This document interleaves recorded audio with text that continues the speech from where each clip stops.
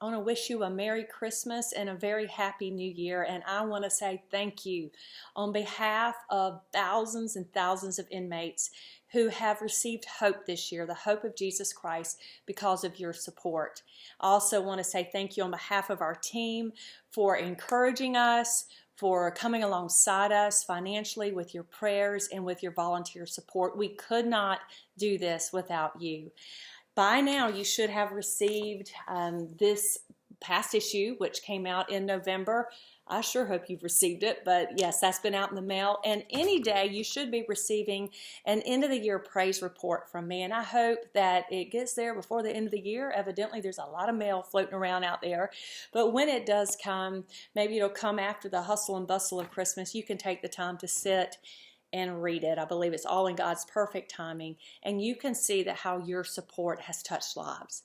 And I just want to thank you from the bottom of my heart. I wanted to read a testimony really quick that I just opened up. Linda Cubbage-Smith, who runs our Victorious Living Prison Correspondence Outreach, sent this to me. She always pulls out a few every few weeks and sends them my way and says, you got to read this. Well, this is from a gentleman named, oh wow, Mr. Richardson, let's just say that. I can't read the first two names.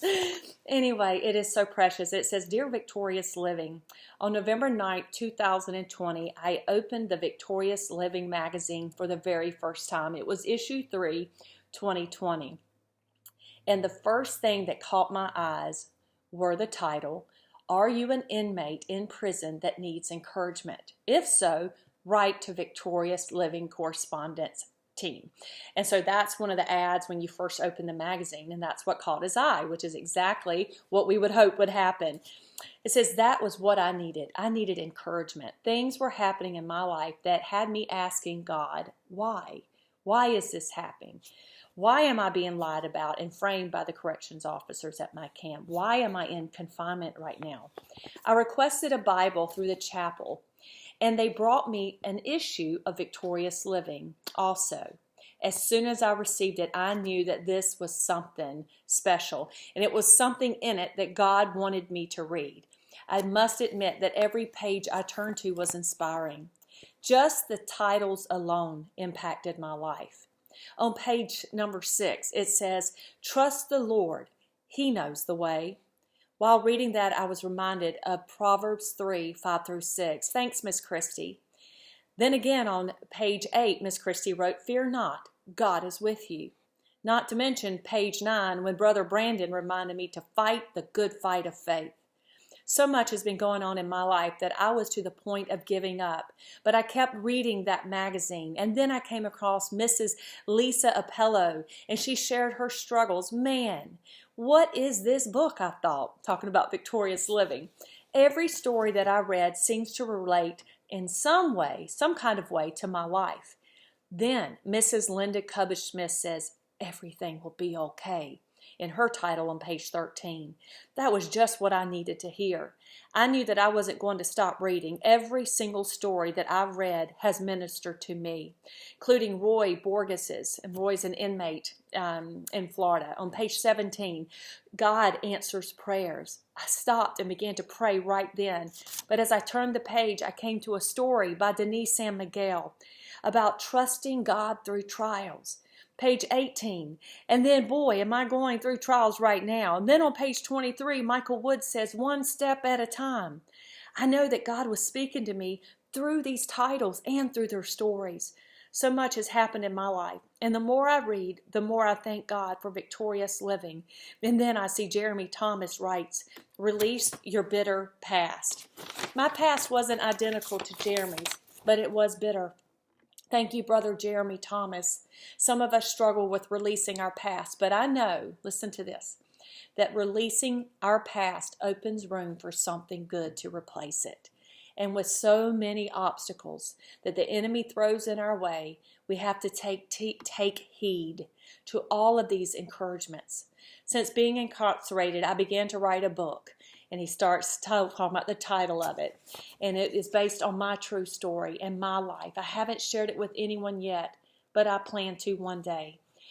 As so much has happened in my life, I thank God for all the writers from the Victorious Living staff, and also to all those who shared their stories. May God bless you all, and I hope to hear back soon. Keep me in your prayers, and I'll do the same. And then he says, P.S., will you help me find a reentry program near or around Gainesville, Florida?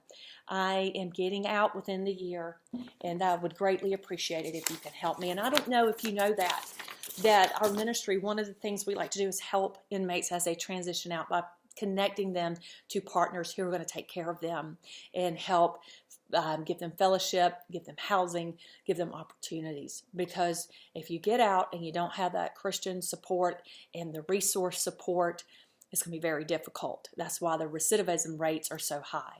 But I just wanted to share this with you because you're the one that makes this possible.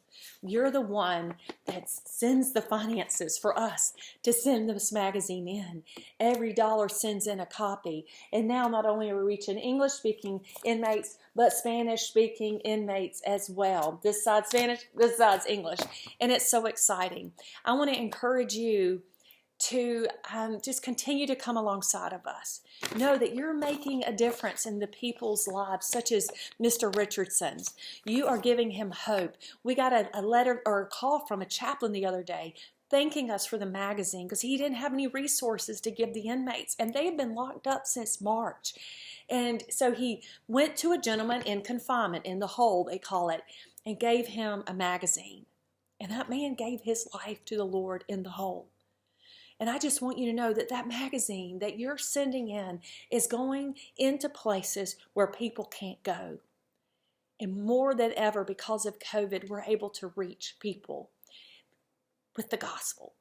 God is able to reach them through the pages of this magazine. And I just want to say thank you. Thank you for making that happen. And I want to wish you a Merry Christmas. And I want to encourage you, just like Mr. Richardson reminded me, and man, it encouraged me to just know that titles make a difference. Because I sit here for hours and hours praying about titles and words and asking the Lord to show me what to call these things and to know that He uses the titles to change people's lives. So here's what I say to you from the titles of issue 3. Was that issue 3? I think so. Anyway, it says, trust the Lord. He knows the way. Fear not, for God is with you. Keep fighting that good fight of faith because everything will be okay. God answers prayers, so trust God through the trials. Take it one step at a time, all the while releasing your bitter past. Yep. That comes to the end. There aren't any more titles there. Don't you just love how God pulls that together?